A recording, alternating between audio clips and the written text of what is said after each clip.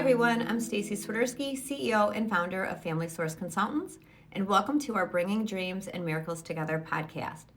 In this third episode of the season, we're exploring family building options for individuals affected by cancer. Joining us today is Megan Scherer, co-founder of Worth the Wait charity. Our Chief Operating Officer and Client Care Focal, Cara Maple, dives into Megan's inspiring journey to parenthood and discusses how surrogacy and egg donation can bring hope after cancer treatment. Worth the Wait charity provides fertility grants to help make family building dreams a reality.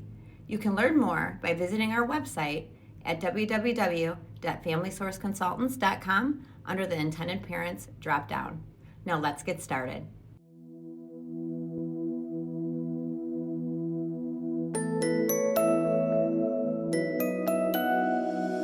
Welcome to the next episode of the Bringing Dreams and Miracles Together podcast. I am honored to be joined by Megan Scherer with Worth the Wait charity. And rather than me take time to introduce you, Megan, I'd love you to introduce yourself, and then we'll just jump right into your story after that. But Megan, tell us a little bit about you and kind of what brought you to Worth the Wait charity.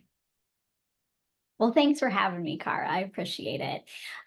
So Worth the Wait is really personal to me and my husband, Mike. And we founded it in 2021. And I'm the executive director and co-founder.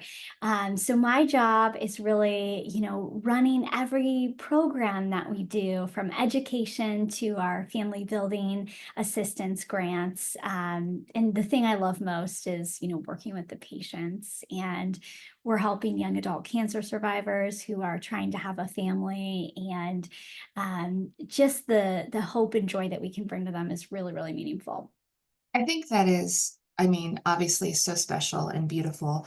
I love that you're doing that. There are so many that are touched by cancer, and just having that path and someone to guide them, I think is super important. But it's personal to you for a whole different reason than maybe it's personal to me. My mother passed away from metastasized uterine cancer. Much later in life, she was able to have children. But I was thinking, what if that happened when she was younger and she couldn't?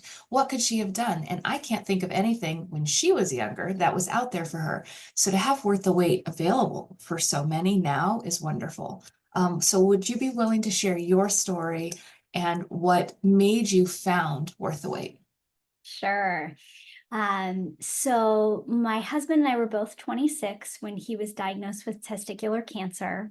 And so it really wasn't anything that, we were prepared to do at age 26. We were, No. learning how to pay our own bills and start at the very beginning of our careers. So I became his caregiver. And he went through surgery, and then he had a reoccurrence a year later and needed chemotherapy.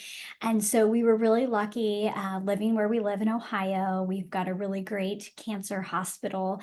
And so the care team there talked to us about fertility preservation. And that's something that we're really, really grateful for, because we didn't really understand what it would mean to start a family after, but I just had that little bit of hope in my back pocket as we were going through, all the milestones of, treatment and then survivorship for Mike.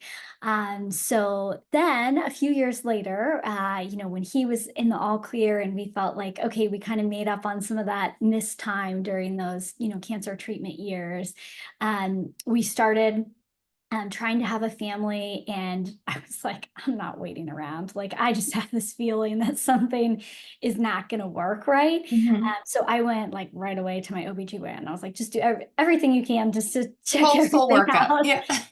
And so anyway, started on some Clomid and some drugs like that to see if that would help, and it didn't work. So we ended up progressing, and we did about 2.5 years of IUIs. Wow. We ended up using all of his frozen sperm. And unfortunately, we just weren't really counseled well on what we should be doing. Mhm. And so then we kind of were at the end of the road, and we're like, oh my gosh, when have we spent enough money? And, none of this was covered by insurance. So we actually started researching adoption agencies because we knew like we want to be parents. We're going to do whatever we Mhm. takes to make this dream happen. And so we said, okay, we're going to research adoption agencies and we'll do one last IUI. So on our 7th IUI, I became pregnant with our son, and the rest is history. Oh my gosh. So that was a very condensed version of your story. So you're diagnosed with oh, that is very hard to say. Testicular cancer. We can edit that out, hopefully. At 26, I mean, that's got to be completely overwhelming in itself.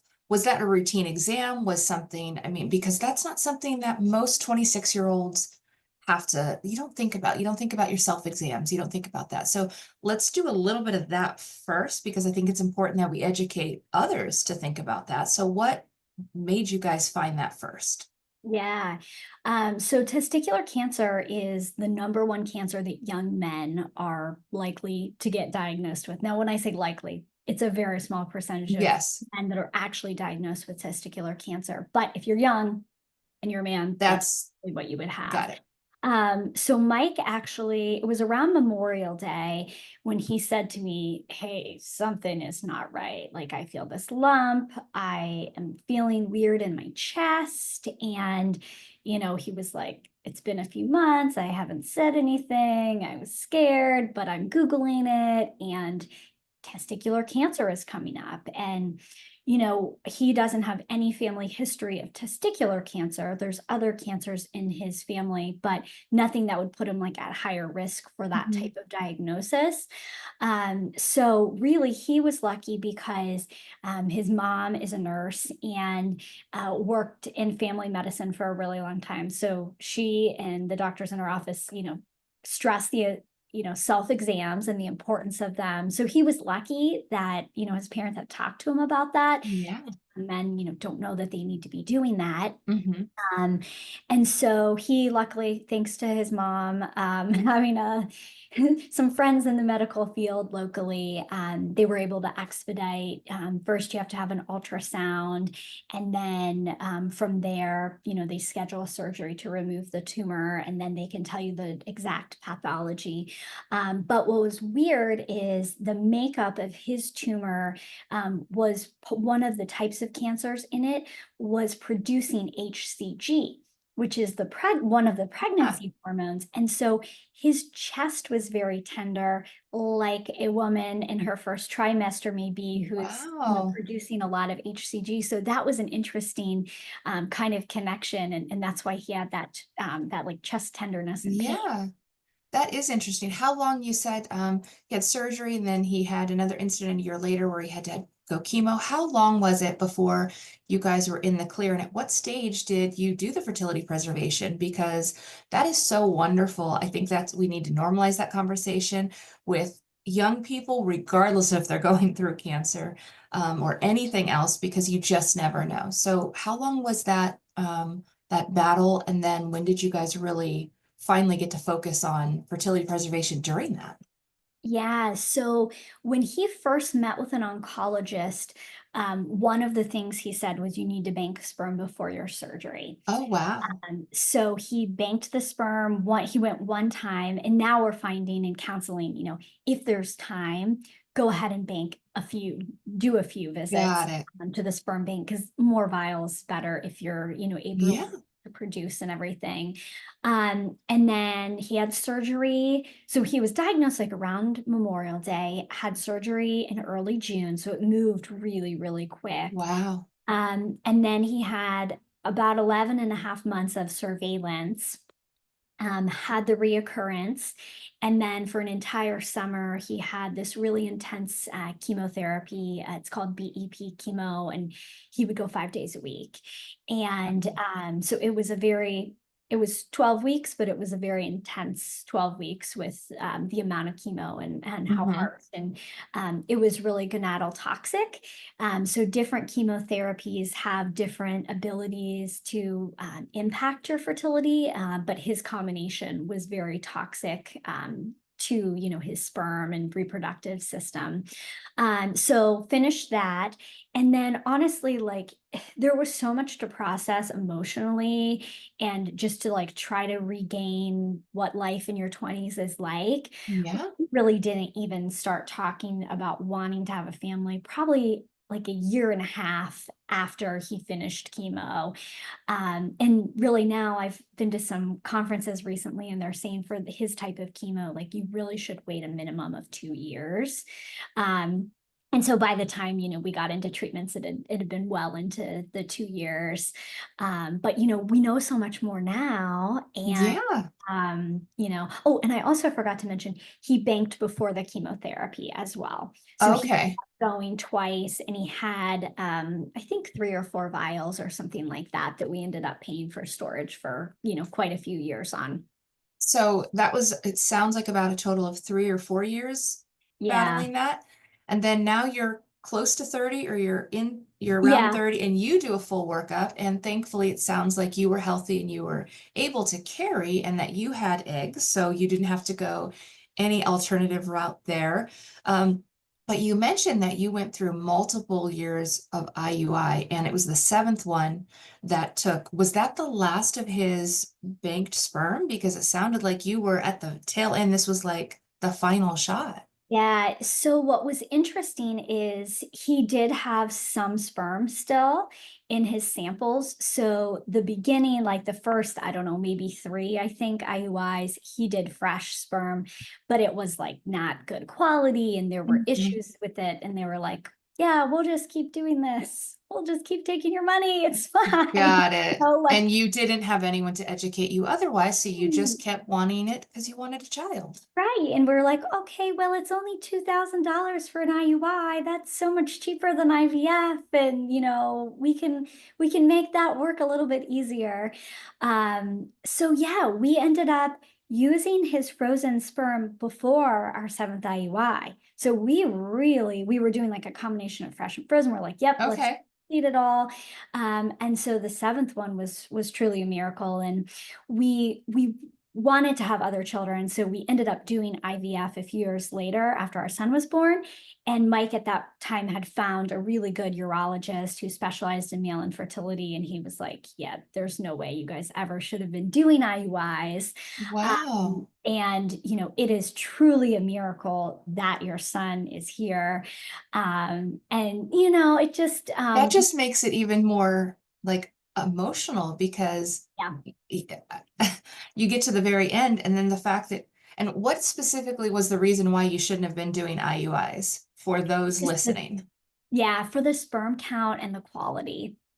So Okay. I think a conference I went to recently, they said typically for IUI, you want to have about 10 million sperm.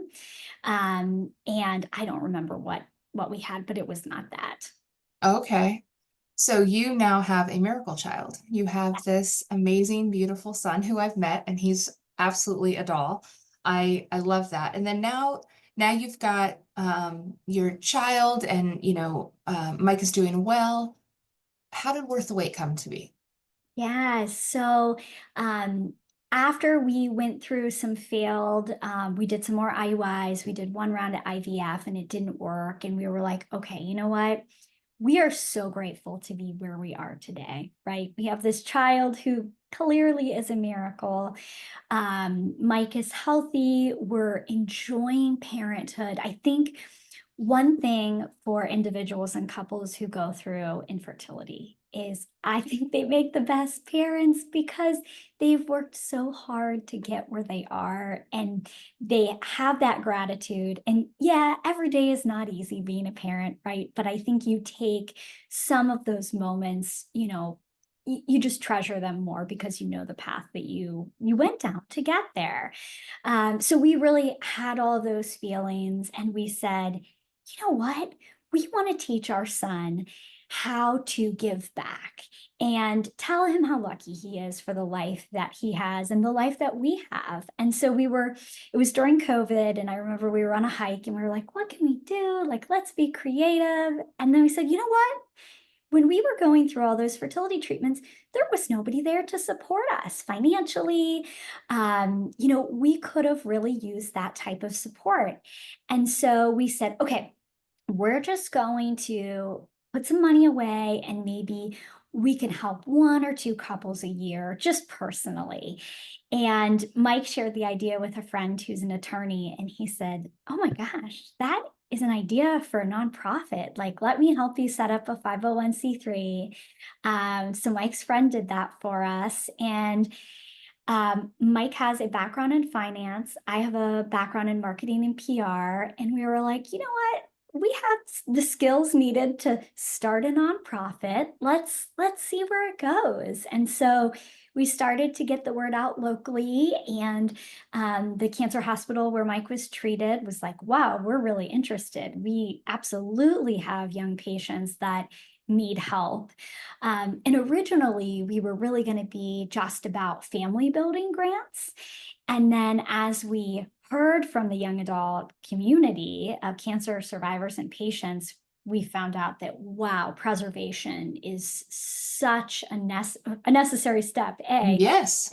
especially for females, and egg preservation and embryo creation, before cancer treatment. Those costs are just so high. So our program really evolved over time. So as we heard preservation stories, we were like, yes, we want to give grants to people preserving. And then we heard from people who wanted to build a family through surrogacy. And we were like, well, why would we not support that? And our very first grant was for a couple adopting. And so that immediately, was on the list of family building.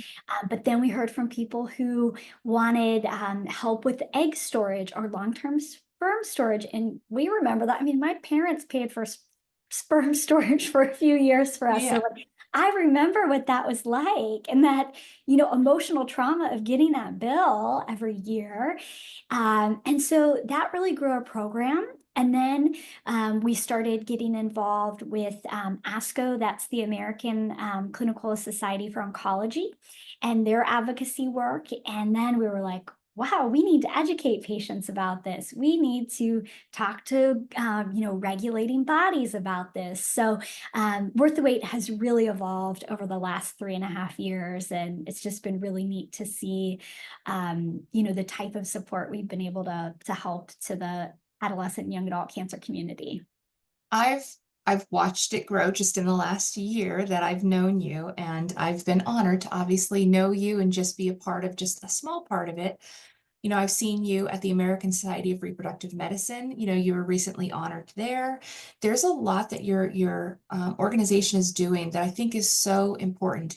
You're not limiting young cancer patients or survivors options for family building, and family building starts with preservation, right? So I love that you've expanded to that. Even those of us who have not necessarily struggled with that, fertility preservation, and we mentioned earlier, is so important in your young age because you just don't know later. And to be able to have an entity that you're diagnosed and now what, that's just going to help guide you and educate you and be there for you, I think is so incredibly special. Stacy, our founder and CEO, many years ago, back in 1998, she had precancerous cells that were very, very concerning. So she just had a partial hysterectomy.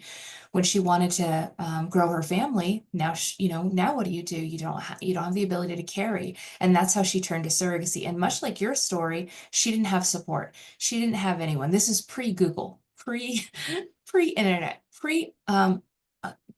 organizations like yours that really were there to help. And that's how Family Source was founded. So I know when she heard about your organization, she was personally touched, obviously, and there's that connection. I think what's super important is that if they want, they need an egg donor because they don't have eggs anymore, or if they need to preserve their own sperm or eggs, or if they need a surrogate, or if maybe they just go down the path of adoption, there's no limit with your organization.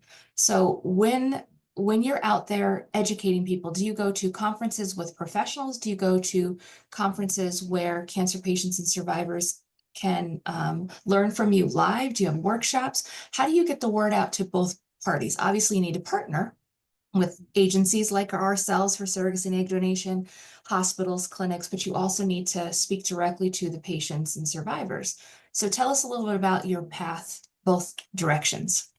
Yeah, so with patients, we are doing a lot of education by partnering with other nonprofits serving young adult cancer survivors. Okay. So there's lots of great groups that we've partnered with. Elephants and Tea is one of our favorite nonprofits. They do psychosocial support for young cancer patients. And so in 2025, we're going to be doing a series with them about mental health and family building, which we're really excited about. But we've partnered with a lot of different nonprofits to just get the word out about fertility preservation and inclusive family building. So being able to talk about egg donation, sperm donation, surrogacy, adoption, people just want to know that there is hope. And truly, there is so much hope available. The other thing I love to tell people about is embryo donation. Most people don't even know that that is a way to build a family. But if somebody does want to carry and they're able to carry, it's really inexpensive. And if they can't carry, it's also a great way, to incorporate surrogacy into your journey to growing a family as well. So really partnering with nonprofits has been helpful to reach the patients. In 2025, we are going to go to some more patient-focused conferences. So I'm excited about that. There's one called Stupid Cancer that we're going to be going to, that's all patients. And then next year, we're actually going to be going to the San Antonio Breast Cancer Conference, which will be in December. And there's a lot of patients that attend that one as well. And as far as educating and communicating with providers and clinicians and people in the fertility industry, we go to a lot of conferences to network that way as well. There is a really vital role that some cancer institutions have, and it is called AYA, so adolescent and young adult, social workers, and adolescent and young adult fertility preservation managers. And so those are two pretty unique roles, but there's probably, I don't know, 100 of them out in the country around serving these patient populations, and they are very well connected. So you meet one and they introduce you to three of Yeah. their friends. And so there's a few conferences where there's a lot of the AYA, support teams there. But then I just do a lot of networking virtually because people are all over the country. And so I know a lot of our hopeful parents when they come to us because they need to turn to surrogacy or they need an egg donor. When they come to us, a lot of them ask for organizations like yours. How can we get help? Is there anyone out there that can help us through this process, either financially or just educationally? And whenever we have young adult cancer patients or survivors coming to us, we obviously point them your direction. We've recently put you out on our website. Actually, it wasn't very recent. Let me backtrack. I'm going to rephrase that. We're going to cut the recording. So when young adult cancer patients survivors come to us looking for guidance or just an organization like yours to help them, we obviously point them to you. You guys are so special to us and you mean a lot to us. We have your website linked under our grants page. However, we also put your information out occasionally in our newsletters or we just share on our socials because I think it's important that maybe they don't think about looking directly for you, but they come to us first and we want to be able to share our mutual patients with you to make sure they're getting the best support in their family building journey. So stating that, talking about kind of how they can reach out to you, that's kind of the next step. What are maybe your grant cycles? How does someone get in touch with you to learn more? Do you have a newsletter they can sign up for to get education? Is there a class you offered? Kind of how do you connect with hopeful parents on their journey? Yeah. So we're sharing a lot of information on our Instagram account, which is Worth the Wait Charity.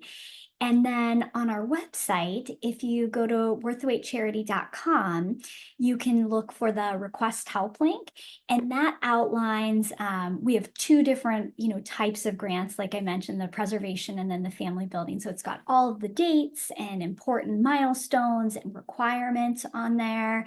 But really, I encourage you to follow us on Instagram because, if you're a cancer survivor who is interested in just learning more about resources and other opportunities for mental health, we share a lot of partner information as well. So it's really a great way to just stay current and connect with other survivors too.